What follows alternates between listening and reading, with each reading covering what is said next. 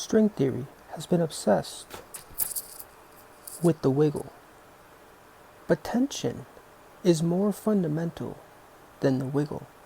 For there to be a wiggle, you need tension. In standard string theory, the strings are given a tension constant, and this constant is what allows the different modes of the string, which represent different mass particles, different energy levels, and there's our string theory.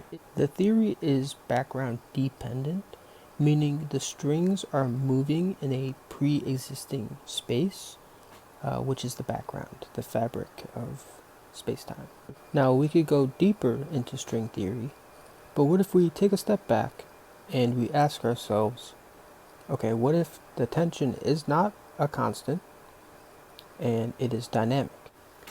As soon as we give the string the ability to have dynamic tension, then we gain slack. And because it's dynamic, then the tension can go back and be regained. In standard string theory, the string is symmetrical. So the endpoints are the same, and it doesn't really matter which end you interact with, the outcome is going to be the same. There are three things that I want to do to our dynamic string. And why? Just for the hell of it. That's why. So the first thing I want to do is I want to assume that this string is spacetime. The second thing that I want to do is I want to remove the symmetry so it becomes anti-symmetric. And the third thing that I want to do is I want to make this a mechanical string. So that is going to give it directionality. Now, you might be asking, what the hell are you doing? But here's me in the factory looking at this mechanical string through the lens of entanglement. This is our mechanical string, which is analogous to entanglement. This string is more like a belt. There is a unwinding side on the left and a winding side pulling in the medium on the right. Now I may switch perspectives on what we're looking at. Ultimately, this is a string, this is entanglement, and this is space-time. So it's three things all in once, and if we keep that picture in mind and we interact with this mechanical string, the outcome is different because of the anti-symmetry. These coils are simply a classical analog of spin. One is spinning up counterclockwise, and one is spinning down clockwise. If we treat these coils as particles, we can see that they are connected by one medium, the tissue paper. Because these coils are connected, if I interact with one of them, I will instantly know the spin of the other one. This is the instantaneous correlation between the two particles. In this demonstration, it is the friction that tells me that I'm currently interacting with a spin-down clockwise coil or particle. This means that the other coil must be spin up counterclockwise. When I make a measurement interaction to test the angular momentum, you add tension to the system. Too much tension will rip the medium. Let's change perspectives from entanglement to spacetime. So the medium is now spacetime. The medium goes from a smooth fabric to a discrete rip. The potential energy of the fabric is converted to kinetic energy, and this energy is localized in between the two entangled particles. This is analogous to wave function collapse. Because this is a smooth, continuous fabric, waves can propagate. Waves of tension. Too much tension, aka measurement, will rip the medium. there is no more waves propagating, but you get a localized discrete energy event. This is all possible because the other coil acts as an anchor pulling in the material. If we don't interact with it, the tension is constant and we get a flat space-time medium. But if we interact with it, the tension spikes up. At the lowest energy, space-time is flat. At the highest energy, space-time rips apart. These ripples of energy, these propagating waves, and these localized energy events, it sounds like quantum mechanics. Now, in quantum mechanics, it does not matter which end of the entanglement system you interact with. We should get a wave function collapse every time, so there should be a rip, no matter which coil we interact with. But this is a classical analog, so we get a different outcome.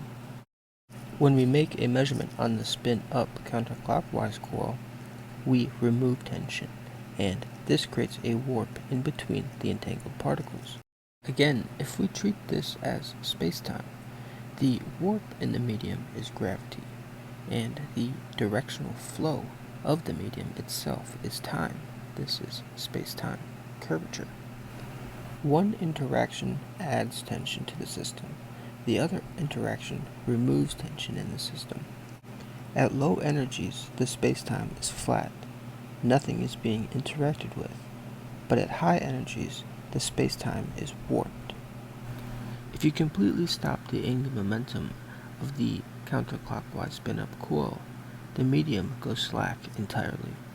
If you remove tension entirely, the warping and curvature will be so immense that the medium will be forced to stack up on top of itself, creating a super dense heap of spacetime. This is analogous to a black hole. It is the ultimate loss of tension in the system. If you were to just lightly tap the coil, then you would create little dips, changing the geometry of the medium itself in between the two entangled particles. Where there is warping, there is mass. Mass and energy are equivalent. This means that the loss of tension is equivalent to the gain of tension in the medium. At low energies, spacetime is flat for both because nothing is being interacted with. But let's say both were being interacted with at the same time, so you get the high energy rip of quantum mechanics plus the high energy warp of classical mechanics, and what happens? The tension is regained. They cancel each other out completely, and you get a flat spacetime again, both at low energies and at high energies. This means that you literally need to combine quantum mechanics and general relativity in order to have quantum mechanics or general relativity. In this model, by saying that quantum mechanics is literally half of the entanglement system and classical mechanics is literally the other half of one entanglement system, without both, you don't have an entangled spacetime. You cannot have quantum mechanics without the gravity anchor. You cannot have gravity without the quantum mechanical anchor. In this model, it does matter which end of the entanglement system you are interacting with. You either get a rip or a warp, discrete or continuous. Both interaction outcomes are localized between the entangled system.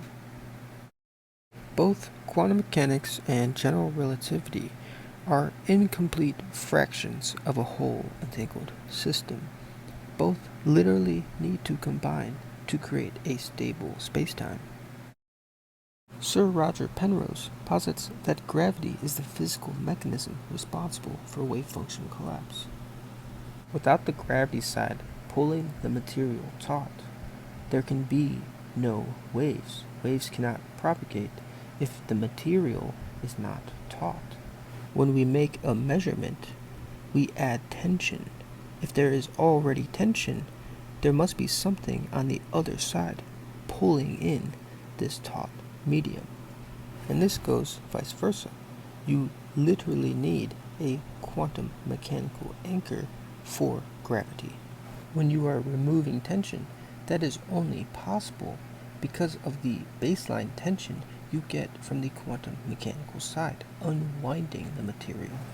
The medium is trying to be wound up, but if you stop this process, remove tension, the unwinding quantum mechanical side will continue to unwind and warp immensely, analogous to a singularity. Again, if energy and mass are equivalent, then the addition of tension and the loss of tension are equivalent.